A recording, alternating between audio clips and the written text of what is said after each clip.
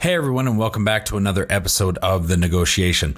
Today we're talking with Yoann Delwarde, CEO and co-founder of Infinity Growth Limited, a Shanghai-based firm that offers sales coaching and consulting to a wide range of clients, including multinationals, startups, MBA students, and accelerators and incubators. We talk about the difference in working with startups and corporate clientele. We compare the historical methods of B2B selling in China to the way it's done today, the value of platforms like WeChat to the salesperson and the process, the difficult lessons Yoann faces coaching his clients, and how Chinese buyers differ from those in the West. Enjoy. I usually say in Europe, first you make business, then you become friends. And why I'm saying that because I have done business with Europeans, Americans in Europe, or even now with US, and this is the way it works. They contact you usually from LinkedIn or social media, or someone introduce you, they ask you what you do, they seem convinced, they sign a deal, and then along the way, we start to become friends. So there is a relationship that is building. In China, first you become friends, then you make business. Home to over 4 billion people, the Asia-Pacific region boasts one of the most powerful consumer markets on the planet. Not only is it home to half the world's under 30 population, but it's also home to more than half the world's internet users.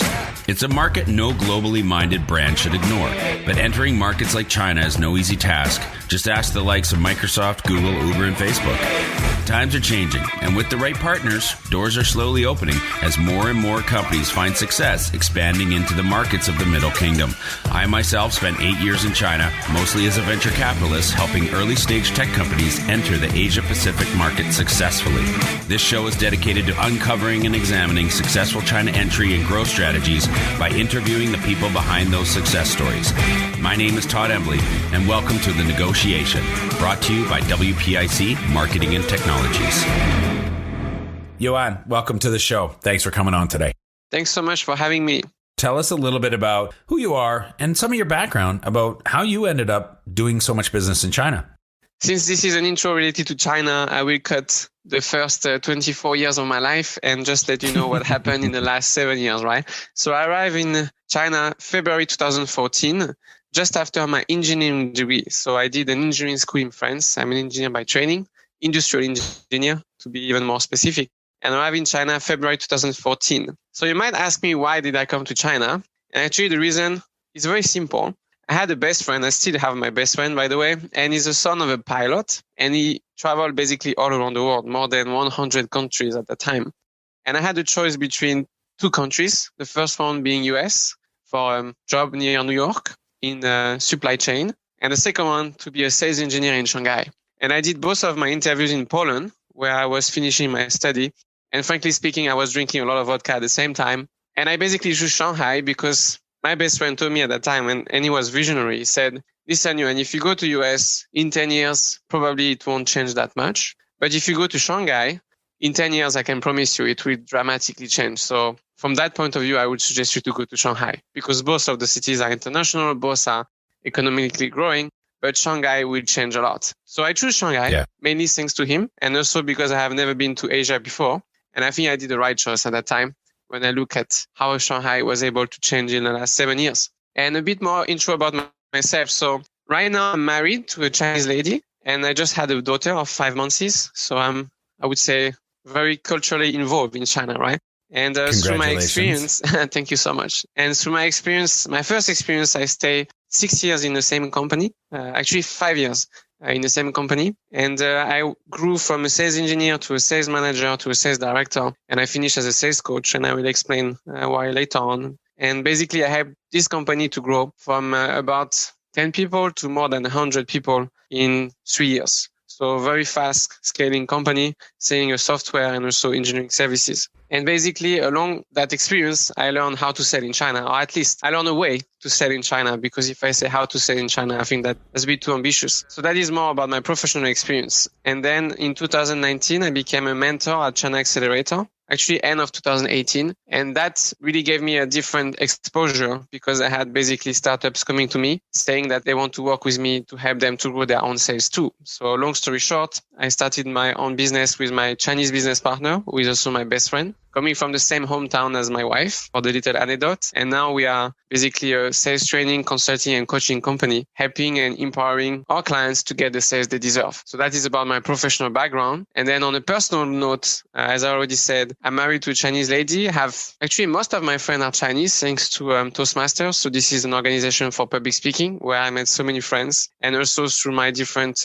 traveling and also events, I met so many Chinese friends. So I'm really engaged in the Chinese culture, and it's a culture that I appreciate a lot. So that's a little bit more about the introduction of myself. I'm sure you have follow-up questions. So it's going to be, a lot of your background is going to be really apropos to this conversation because it's a lot of what we're looking to learn. I think how to do sales and how to sell well in China is going to be fabulous. It's not something we've been able to cover a lot on the podcast. So this is going to be a lot of fun.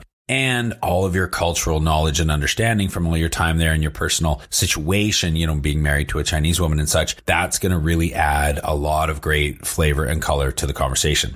The company that you mentioned, it's called Infinity Growth Limited. Can you tell us a little bit more about the company, introduction, or a little bit more detail about your work and just the relevance and the activities and the things that you're doing right now with that company?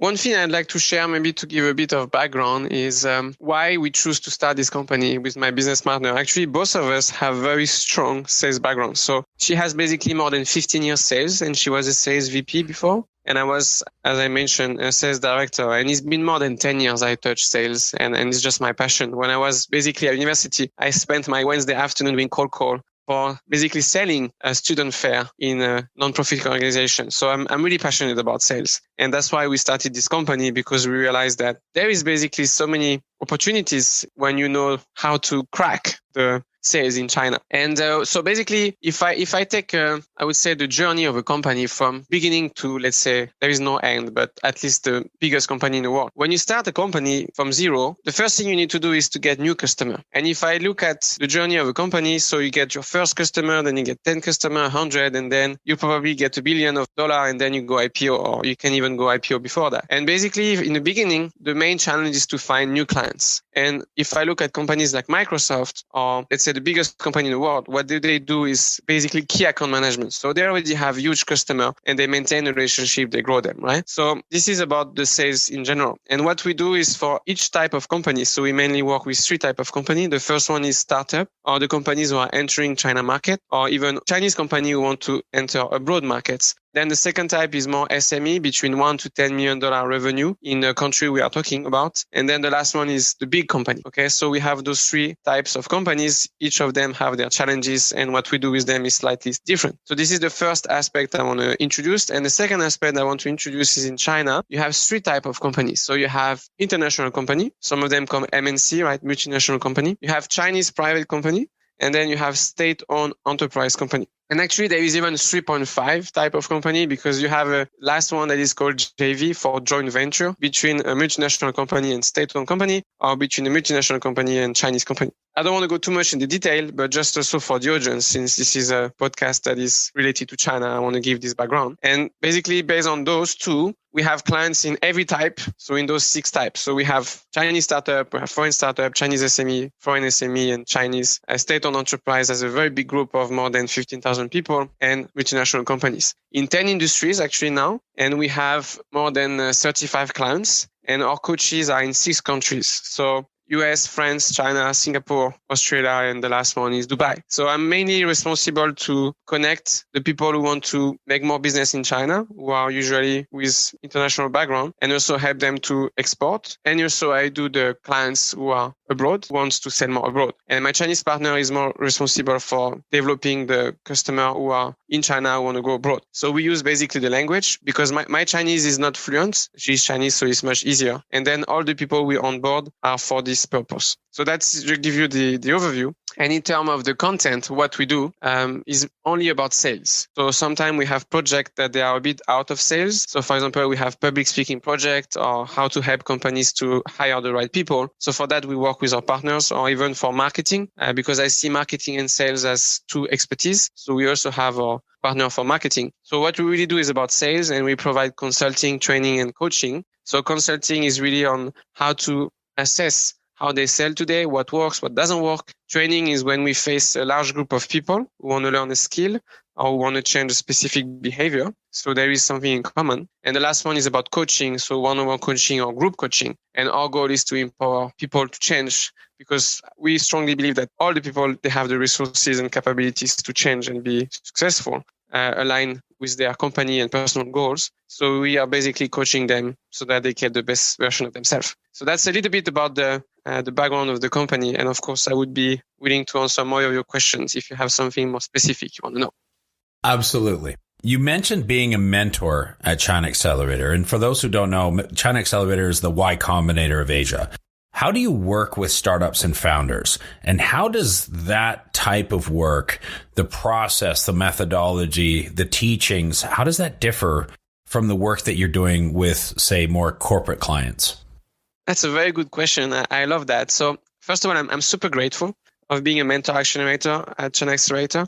And actually now I will become this year expert in residence. So I will be there 2 hours a week, between 2 to 4 hours a week for all the batch to answer to this specific question about sales and especially B2B sales. And why I'm so grateful is because they basically found me, right? So they were looking for someone who has some expertise in sales, and they approached me. I met them, and they basically trust me to support all their startup there. And what I can see is the main difference between startups in general, not just from China Accelerator, because Chinese startups have most of the same challenge. And I would say more traditional or SME companies that actually there are two main differences. The first one is in terms of KPI. If we look at startup and we look at traditional SME, traditional SME usually is looking for profit, whereas startup is looking for growth, because actually the exit is different, right? SME, the founders want to have the cash. And for startup, the founder want to go to the next round of investment, right? I'm not saying startup don't want to look for profit. For sure, that's important. But all the profit are reinjected to the growth of the company. So that's the first difference. But this is not just a difference in China. It's a difference all over the world. And then the second difference is usually startups, at least at China Accelerator, they have very strong product. They have been through a very intense screening. So they are being selected among hundreds of applicants. And the thing is, most of the time, those people, they have very strong technical background. And they might not know how to sell much, or at least most of their experience might not be about sales.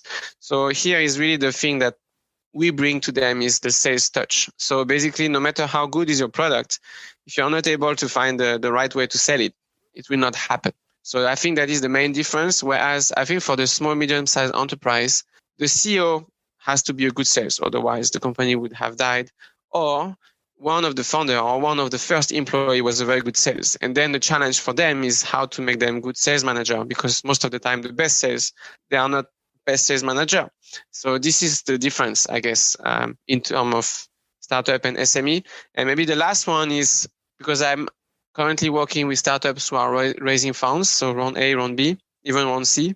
So basically, when they get this huge amount of cash, it's more on how to scale up the sales team super fast. Basically, hire 10 people at the same time. So whereas in SME is usually more traditional, so one by one, or maybe batch of 2 or 3 people by batch. So that is the difference I can see. Okay, got it. Thank you. I'm inspired to ask, would you mind maybe walking us through an example of the kind of work that you do? Maybe give us a particular client persona, and then this is what they're struggling with, and this is how I help them. Wonderful. So I will take a persona then of maybe small, medium-sized enterprise. I think is the easiest to understand because it's in the middle, right? So the big companies, they can get it, they can relate, and also the small and startup can also relate. So the typical example is, first of all, how do they know us? So they know us most of the time, actually 90% of the time, through referrals. So it means that an existing client or someone who has worked with us is introducing us to that person, and usually with the keyword sales. So they have a sales problem, or at least they have a sales challenge, or they want to be more aggressive about sales. So that's how they know about us. And then the first time we meet them or we have a phone call with them, depending on which cities they are, we always go through a kind of consulting approach where we basically ask questions to really understand what's their current situation based on their sales funnel. What do they want? What are their goals in 3-5 years? And how do they plan to bridge the gap today? And then through the conversation or during the first hour or two, we don't say anything about our company. We don't introduce, maybe even just 5 minutes at the beginning, just to break the ice, but that's it. And at the end, what we want is we really want to see where could be the bottlenecks. And then we identify whether or not we can help them. And if we can help them, we go ahead, I will explain. And if we cannot help them, or if we believe there is someone that could help them better than us, we do the introduction, or we involve them in the program. Because if there is one thing I understood in China, and I think for sure we'll come back there later on, always under promise, over deliver. Because if you start to over promise and under deliver, you're dead. Because it's so fast to lose reputation in China. It's just insane. So this is something we are super, super cautious, and we always want to deliver the best value. And then basically after this first diagnosis consulting process, we give them our feedback about the area where they can improve for the first 3 months. And then basically we give them the proposal on how we could work together. So which coach could help them on what kind of topics, what kind of frequency. And then we basically start and we build on quick wins. So we use 3 types of methodology. The first one is from one of our mentors called Jack Daly. He's one of the top sales guru in the world. Super nice guy. And honestly, he's just an amazing guy. If you want to increase your sales in US and Europe, just go to him. He's just amazing. The second one is Scaling Up from Vernier Harnisch, who is one of the founder of EO, Entrepreneur Organization, where many of our clients come from. And the last one is a book called Winning Well. It's a very nice management book as well. And we also use, of course, so many coaching techniques, like from Positive Intelligence, from the teacher of Stanford, sorry if I pronounce, maybe I will pronounce this one properly, is Erwan Shamin. Hopefully I pronounced correctly. And basically, we use all those methodologies to help them. So those methodologies most of the time are coming from the West, or let's say US and China, Europe, sorry. And then we bring our experience from China to make the bridge. Because what we realize is for the Chinese pure entrepreneurs, they use very Chinese mindset. And for the foreign entrepreneur, they use pure Western mindset. So actually, we make the bridge between the two to make sure that they get basically the maximum sales. And if we talk about a typical persona, for us, actually, we have very diverse clients. So it's challenging, but I would say maybe we have 3 persona. The first persona is a company that has been able to grow to 50, 100 people in China, but they don't know why they have this kind of roof, and it's hard for them to go above. So they really are looking for someone external who can basically tell them what's wrong and what can be improved. That's the first persona. The second persona is big multinational brands, or let's say large companies, and they have this very big sales organization, and they wanted to make it more effective because of the competition. Because year after year, competition is more and more fierce. They lose market share, or they just don't know how to get new clients or how to take care of their existing clients. So they are looking for, let's say, more dynamism, more energy. And then the last type of client, as I mentioned earlier, is more for the startups. And for them is basically how to enter. And if I forget the word startup, because startup for some people might be related to technology, any companies that want to enter to China, how to basically get from 0 to 1. So who to talk to, who could be the right partner, is there a market fit in this region? So for that part, we work also with a network of partners to basically introduce them to the right person. And maybe the end also to give the results, because I think people want to hear about the results. First of all, since we started a bit more than 2 years ago, we still have all of our clients. So it means that nobody stopped. So our churn rate is 0. And this is something we are very proud of. And all of them, they have more sales. And the most shiny part is actually our first client. They have 6 times more revenue the year after we started. We have also clients that have 50% more sales, and they are selling coffee. And you know that during COVID, people could not go out. So this is quite, I would say, amazing accomplishment. And another of our clients, after 7 years having no growth, will double this year. So just a few data to also give some perspective. And why I mentioned those data is because they are public on my LinkedIn accounts. They gave me personal recommendation and they also give us public recommendation. So if people want to know more, they can go to the recommendation part and see all those data. Okay, great. Thank you. I want to go back a little bit. I want to kind of set a stage, the B2B selling landscape. So could you maybe talk to us a little bit, if you know, how B2B selling was done historically in China? There is a keyword I'm quite sure people already mentioned before. This keyword is called guanxi. So guanxi means everything that is related to relationship, people in general. And what does it mean? Actually, it means that in the past, people were used to make business through guanxi. Means if you know someone and you trust someone, then you make business with that person. So that's why actually until probably the year of 2000, there was not so much digital, of course, but there was even not so much organization, or let's say like in the West where you have all those public events. It was mainly private. So I would say business to business was done basically in a bar or the KTV at that, because today is KTV, but just to give the representation here. And for the fair, there were definitely some fair, but usually the business was done before the fair or after the fair. It was not done so much in the fair compared to the rest, right?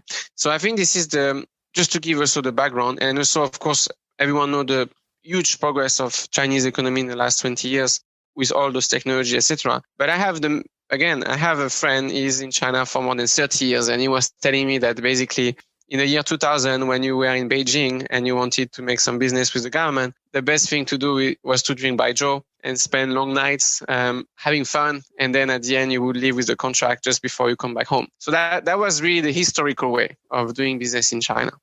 So let's fast forward. How is B2B selling done now in China? How is it different? So actually now, maybe the keyword is really about digital. So it's super digitalized.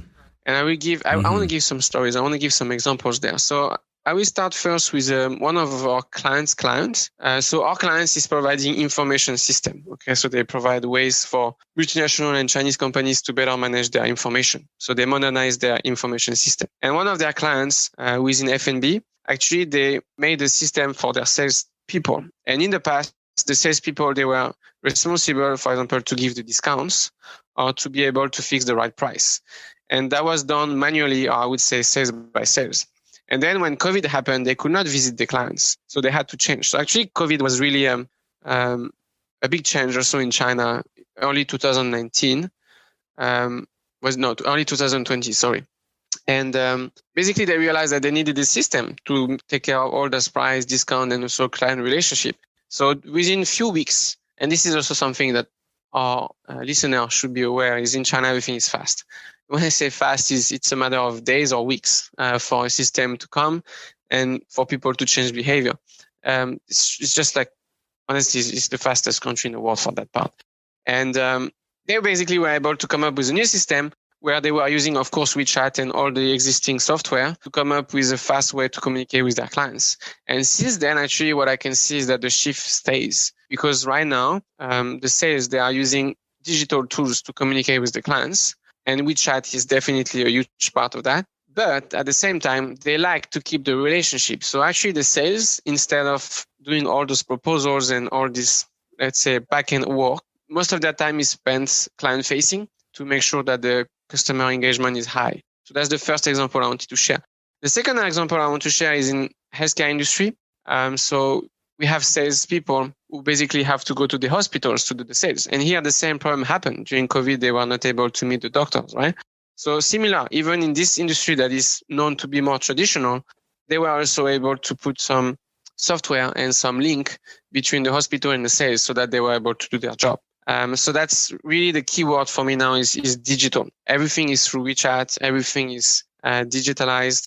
So that's why WeChat work is so important right now. And also everything, so that is more in B2B. And then if I just give a small intro about B2C, of course, we have all those platforms like Xiaohongshu, all those live streaming events. And I want to share this example because honestly, that fascinates me. Is one friend of mine and they are selling agricultural products. Okay, and actually could be considered as B2B because actually the farmers usually they are in some groups or association and they buy by bulk in groups. So before it was used to be super traditional, right? So you go to the group of basically farmers and you buy big quantity of the products you will use in your fields or for your animals, right? And right now, you know how do they buy? They buy because they go on live streaming events. They see those people who explain the products, and then on that specific moment, there is a discount and they just buy it. So they buy with their phone. So can be, farmers, right? Farmers 10 years ago, they probably didn't have phone and they were used to go through the association or the groups to buy their products. And right now they buy with their phone on TikTok or Xiaohongshu or Douyin. So that is how fast it's moving. Yeah. I mean, that's the one thing I think anybody who's ever left China has thought, I feel like I'm sitting in molasses wherever I am or wherever I've gone because everything just seems to go so slow after you leave. I can definitely attest to that having moved back to Canada. There's this kind of reverse culture shock of actually having to slow down to be able to not get so many speeding tickets and traffic over here. And I'm using that metaphorically, although sometimes literally as well. I find it interesting when you mentioned WeChat, and I want to ask you a little bit because I'm such a fan of WeChat. I loved that tool. It came out during my time in China, fell in love, and I thought it was the greatest gift to anybody who loves tech. And I thought it was so useful, and I used it. I'm going to say at least 30 or 40% of my day when I was working there. I was always on WeChat, but actually working. And I've had experience looking even at retail where the people who work in the retail outlets would be seen on their phones all the time. And the natural assumption, especially from the Western perspective, is that they're killing time. They're scrolling social media. They're texting with their friends. They're not working. When in fact, I was told actually a lot of what they are doing is WeChatting with clients, telling them about new products that have come in and what's going on. And they've got some things in their size or there's some sales coming. They're actually kind of running some background, kind of low drip style kind of campaign on WeChat, letting people know and doing sales there. So can you tell us a little bit more about just WeChat and some of the digital platforms and just how impactful and useful they are for sales? I love the example you gave because I have seen that quite often as well. Every time you go to a shop, and actually when was it, 2 weeks ago, my wife was in a shop and she was trying some dress. And, sometimes women, they try a dress, they are not so sure. So she basically wanted to run away from the shop and say, oh, let's see later. And what the sales did, before she said, oh, why don't I have your WeChat? Maybe you can add me and I can keep in touch with you. She said, yeah, sure. Let me add your WeChat. So she added the WeChat, and within the next hour, she sent some photos of her that she took with her dress saying, wow, you look marvelous. And, let's keep in touch for the new product to arrive. And now since then, every 2-3 days, she receives some photos of the latest dress that comes. And of course, in WeChat, there is this thing called moments that they also can use by tagging the people about the dress that they like. And I'm quite sure within the next 2 to 3 weeks, my wife will come back. I'm 100% because they really care about her, and they care about her. They probably use a nice tag, and they have those photos for her to see based on her taste and color. But this is the way it's done. When you arrive in a store, they put you in a system when you leave in WeChat, and then they keep you there. So that's their almost like a CRM, customer relationship management. So that is in retail, in even like in fashion. But when we look at all the industries, it's the same. I have clients in F&B, and every time they visit a customer, they invite them to follow their WeChat accounts where they can have information about the company. I even laugh with another client who is selling alcohol beverages, is actually use moments to leverage discounts and offers because he's selecting a group of potential clients and he say, oh, within tomorrow you have this wonderful coupon, 15% discount if you can buy. And the thing is, in moments, usually it's adjustable to the group, to all the people. And why he's so smart is because he makes it one by one. So depending on the clients, what they say, what they like, one by one, he's making moments so that the client feel, oh my God, it's for everyone. But actually, it's just for them. And they buy. The fear of missing out. So that is how strong the technology is you can really make it a tool for you to really engage with your customers. And also it's basically photo driven. So I'm not saying it's like Instagram for sure, but the moments is so powerful. So if you open a profile of someone, then you check his or her moments, and you can see the moments from the past. You can see what he or she loves. You can see where he or she have been.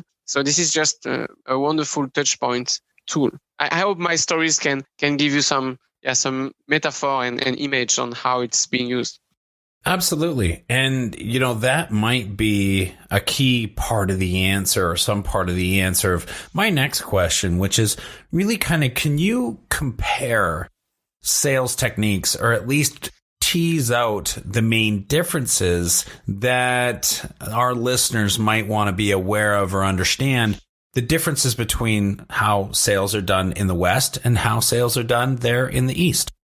So if I take the angle of B2B sales, I think the main difference is, I would say, it's about trust. And I always give this sentence, and it's a bit provocative, okay? So it's a bit extreme, but it's for people to get it. I'm not saying this is exactly like that. I'm just saying this is a good way to understand. I usually say in Europe, or even in US, first you make business, then you become friends. And why I'm saying that, because I have done business with Europeans, Americans in Europe, or even now with US, and this is the way it works. They contact you usually from LinkedIn or social media, or someone introduce you. They ask you what you do. They seem convinced. They sign a deal. And then along the way, we start to become friends. So there is a relationship that is building. In China, first you become friend, then you make business. And I'm going to illustrate that by one of the story of one of our clients now. So I know her for 5 years. And the first time I met her, obviously, I didn't have a company. I was still the sales manager in my old company, right? But still, I made friendship. And after 5 years, she grew in her company that is a government company. And basically, she had a training need.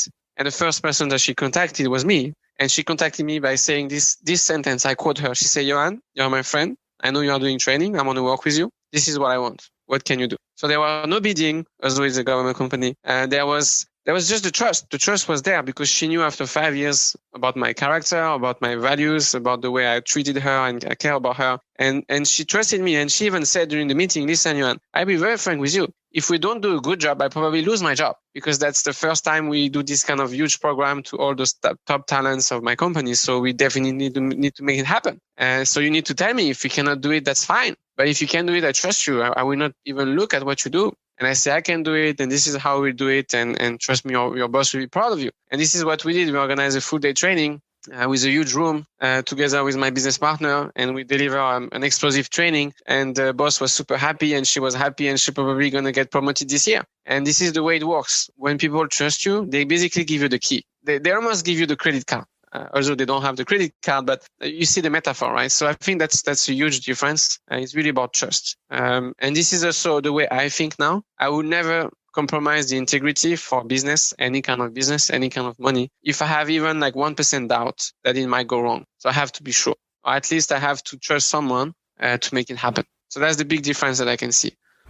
What are the main takeaways when you're coaching? And even maybe therein, what are the main points that you find that you have to consistently reinforce, or that are just maybe more difficult for your client or your whoever you're working with? What is the most difficult thing for them to download or wrap their head around when you're trying to, bring them up to the level you want them to be at? Wow, that's a big question. First of all, I want to say something is China is big. And because China is big, is different cities, different region, different scenarios. Okay. And the way to illustrate that is we have something called tier, right? So you have tier 1 cities such as Shanghai, Beijing, Shenzhen. We have tier 2 cities, tier 3 cities, right? So just thinking about that, we are talking about 3 different market within the same country, because the way people buy in Shanghai, Beijing is not the same way as people buy in relatively smaller cities. And when I say smaller cities, means 10 to 15 million people. And it's not the same way that people buy in, let's say, 1 to 5 million people cities, right? So that's the first thing I really want to explain to people. The second thing I want to explain is it depends on the scope, because you have Chinese company who say in China, you have, let's say, foreign companies who want to sell in China, then you have Chinese company who want to sell abroad. So I think for each of those, again, it's something different. But if I take each example and I try to illustrate, for Chinese company who want to sell more in China, I think the main challenge for them is that they have been used to this guanxi for the last 10, 15 years.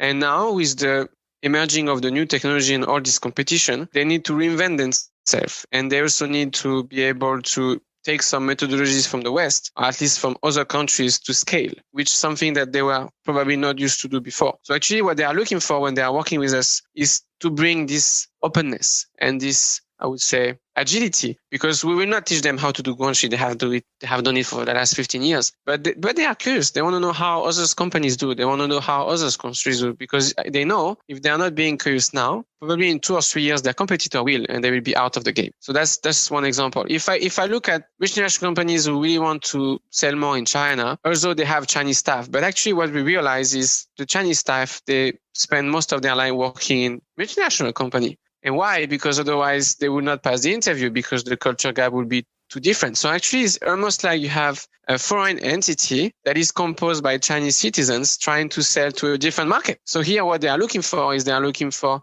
understanding, like how my Chinese customer think. And when I say Chinese customer, I mean Chinese private company and Chinese state-owned company, because they also realize that the pool of multinational companies is for sure is really big, but it's not as big as the whole China, right? And then the last one is for Chinese company who want to go abroad. What they are looking in our coaching is how to bridge the gap. So they are used to make a business in a way in China, but then when they try to replicate, it doesn't work. And there are also a lot of different tools such as Facebook, all the tools in the West, right? So how to use those tools, how to choose the right people abroad. And there have been so many companies who told me, listen, Yoann, we try to work with Chinese abroad, but it doesn't work. It doesn't work because they are trying to basically take advantage of us. So with the language, they are using the trust, but then at the end they don't deliver, or even worse, they don't have good integrity. So actually we are looking for foreigners that we can trust. And language is not a barrier. We all speak English, but how to find the right people, how to find people that have integrity, and how to basically help them to understand what we do so that they can develop a business in their market for what the market needs. So here you can see, and again, this is taking into consideration a single tire. So if you sell in Shanghai, Shenzhen, and Beijing, but if you try to sell in a different tire, so you have different customer persona, you have different buyer habits. So I know, for example, a company that is super successful in those big cities, and they have tried to enter in medium or small cities, and it was complete failure because the competition was able to provide the same level of products at a time at a price that is twice cheaper, and the customer were not able to understand because they were not educated, they didn't know that brand, and they didn't have that awareness, right? So it really depends on the case, it really depends on the goal, and always what we try to do is to go deep, like how does the end customer think? What's the situation there? Who do we know that might know better than us? And what do they need to see, or what do they need to do to be closer to the end customer? Because if they are closer to the end customer, no matter your business, you will be successful. Well, let's talk a little bit more about those end customers and specifically the behaviors and how they might differ from those in the West. So Chinese buyers, and I mean, you can talk to B2B or B2C as you wish, but how do Chinese buyers behave differently than buyers that you know of from the West? End of last year, I gave a lesson about sales to a university. And why I like that? Because I like to teach. I usually do it 5-10% of my time. So I teach to MBA, EMBA at Fudan Jiaotong, and I also teach at business school, French business school in China called EM Lyon, the city that I also have studied. And actually, I can tell you that is really something that I was amazed. So there is this 21 years old student, and I was giving a class about sales. And then in the middle of the class, she raised the hand and said, "Teacher Yoann, can I ask you a question?" I said, "Yeah, for sure." Say, "Have you ever heard about this platform?" And she said a platform name that I forgot, but then I said, "Never heard. What is this platform?" "Actually, this is a platform. They can do exactly what you said in the last hour with one click." And then the whole class becomes silence, and they were scared for her. They said, "Oh my God, she's saying something like that to the teacher. Teacher's gonna get pissed." And then I gave her this huge smile. I said, "That's amazing. Why you didn't tell me earlier? Tell us more." Then she stood up. She went to the place where I was teaching, and she opened on the computer this platform. And basically, with this platform, you could compare the price for these single items all over the city in China, in all the different suppliers, and they were able to tell you where to find this at the cheapest price. And I was amazed. And I told her, I said, that's just amazing. How do you find this kind of platform? And they say, well, I was just following some KOL, key opinion leader, about this field. And one of them likes to share different hacks and tricks. And he was sharing, like, basically that was where to find bags. Okay. Because at that time, this is a a master about high-end luxury products. So they were talking about bags. And now, basically, we know where to find this bag at the cheapest price. So there is this level of technology and awareness, especially in the young generation, that is just blow my mind. So they are able to find on the internet through the different forums and platforms. Basically, they're able to find the best product at the cheapest price. So right now, it's not so much about putting your product everywhere on the market. It's more about using the social media. And here I'm talking more about B2C, okay, to demonstrate how your product is being used and why it's being so good. And right now, I was thinking that B2B is still far from that, but actually it's getting there very, very fast.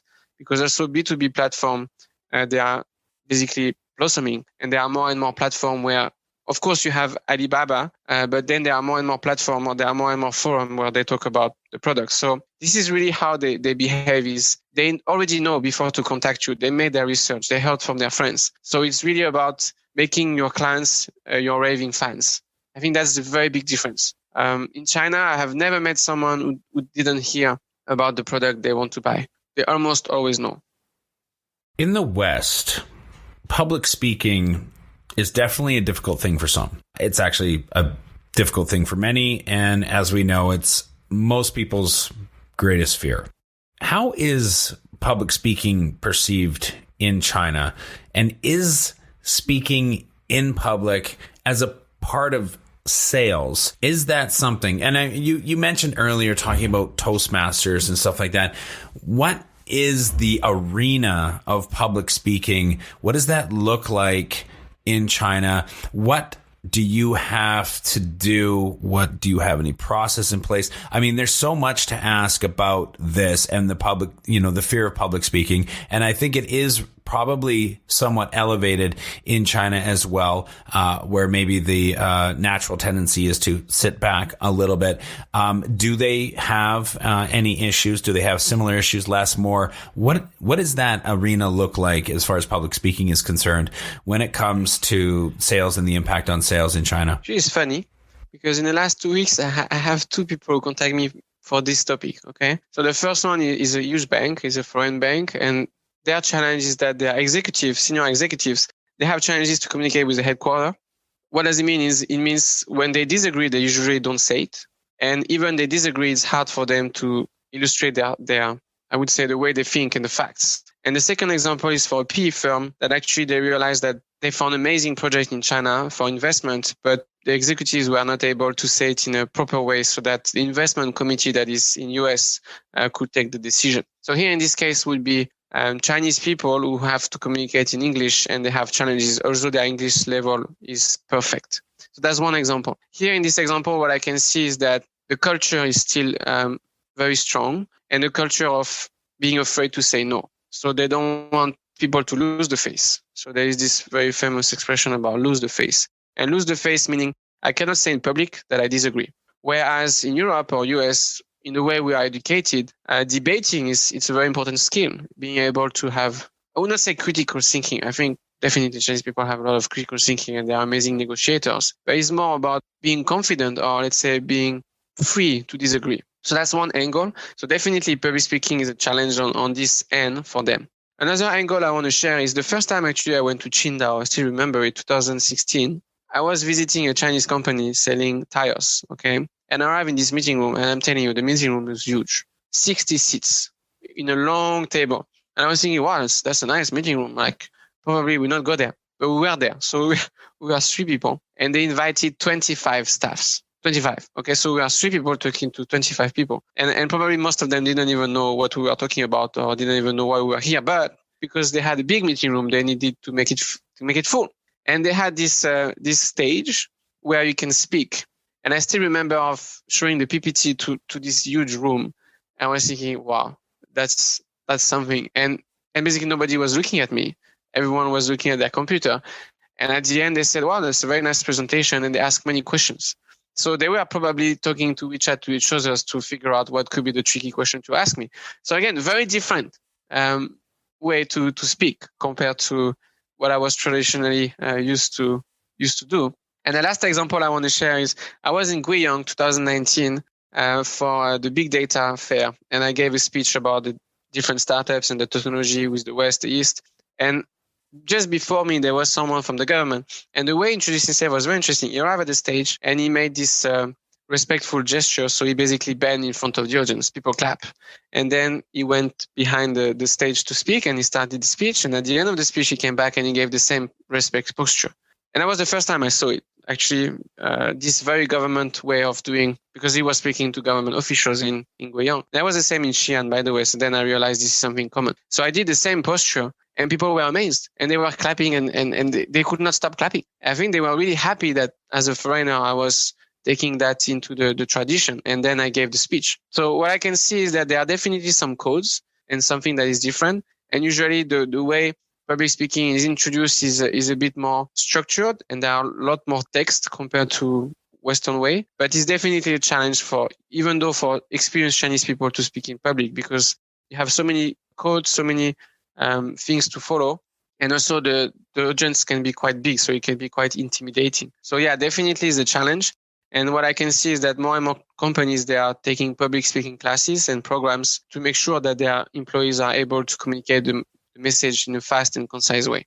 Definitely a challenge. Yoann, thank you so much for coming on the show today. This was a brilliant conversation. You really delivered on a lot of great education and information and really did a great job coaching, I think, our entire audience on how to do sales in China. So thank you very much for coming on the show.